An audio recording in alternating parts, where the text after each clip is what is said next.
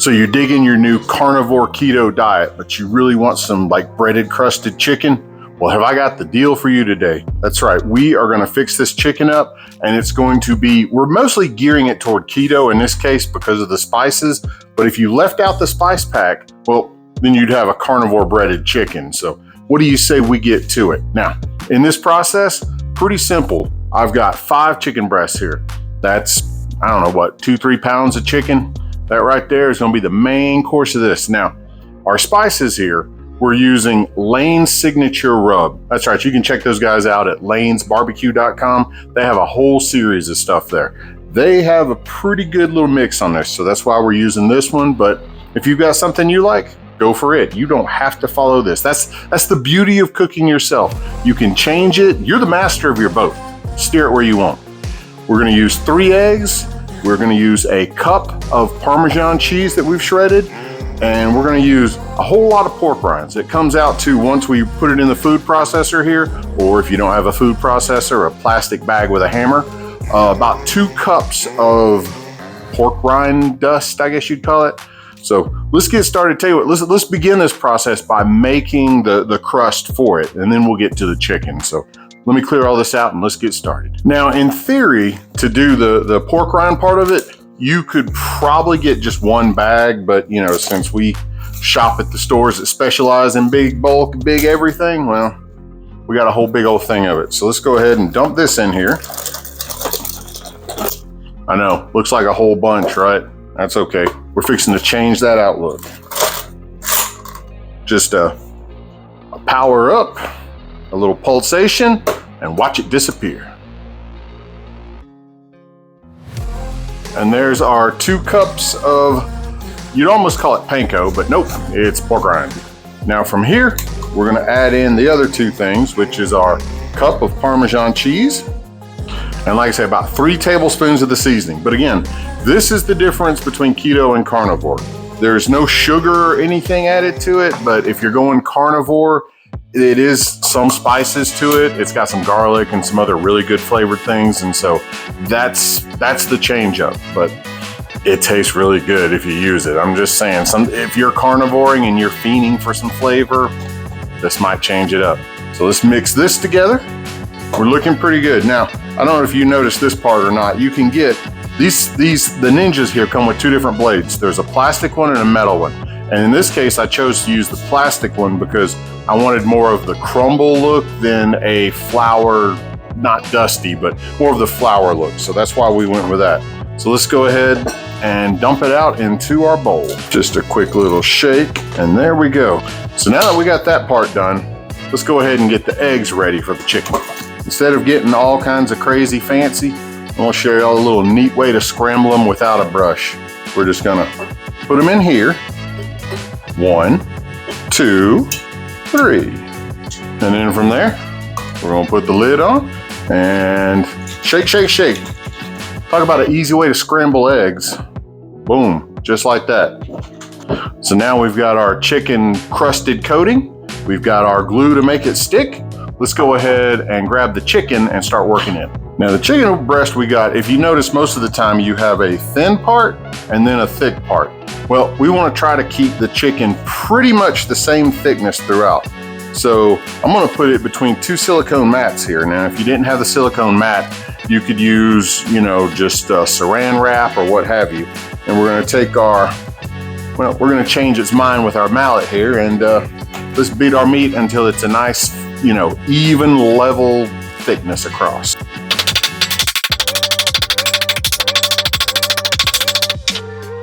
Look at there, ain't that pretty?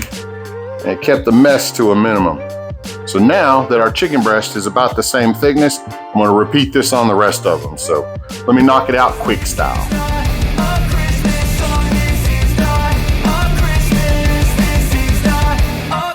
All right, everything is about a 1/2 inch thick. I mean, I'll tell you what, the assembly and the fixing of this moves along pretty quick. Hey, that kind of rhymed. So now let's set up a station and let's do some breading. Now we've got our station set up to do this. Let's go ahead and pour out our eggs. Notice how smooth and pretty they were. This actually is not a bad little idea. We'll take our chicken Now, if you're squeamish and you don't wash your hands a lot, you could use gloves for this and that would help too. But we'll just dump this into the egg, drop it into our crust, give it a decent mash, because since you don't have the flour on the front side of it, it is a little harder to make it stick to it, but it works out pretty good. Just a little mash to it, a little bit on top, pull it out, and set it right here on your baking sheet. Pretty simple, huh? Let me do it about 4 more times.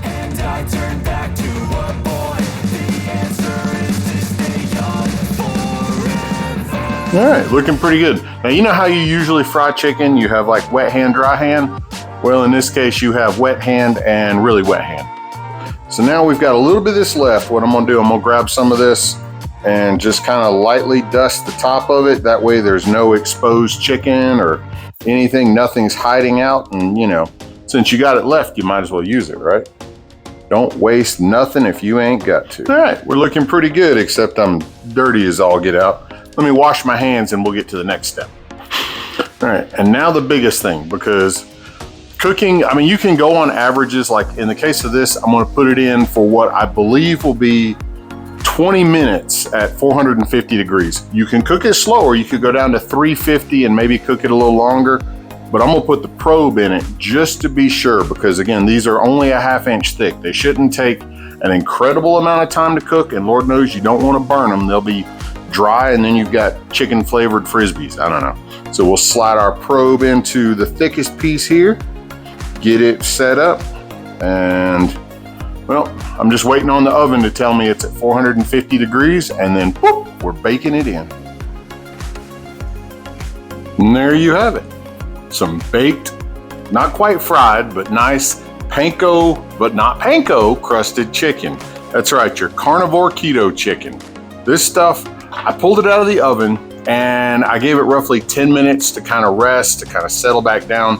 Now, if you want a crunchier crust on this, you could then take your oven and kind of turn it up for the last few minutes and let it sit there a little longer. But honestly, I'm wanting a nice piece of tender chicken. So I just let this thing go.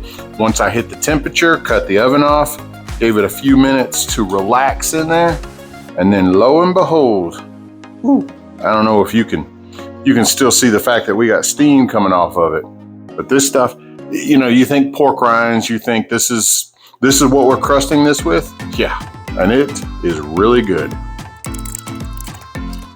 I mean, you've got a tender chicken to it. That's the really nice thing.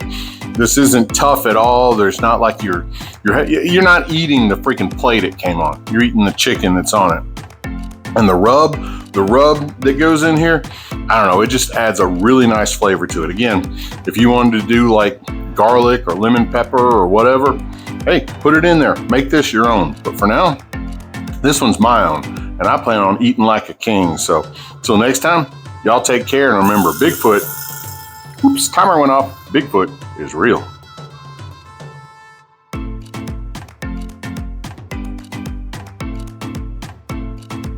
Oh, I could smell this from my hut in the woods.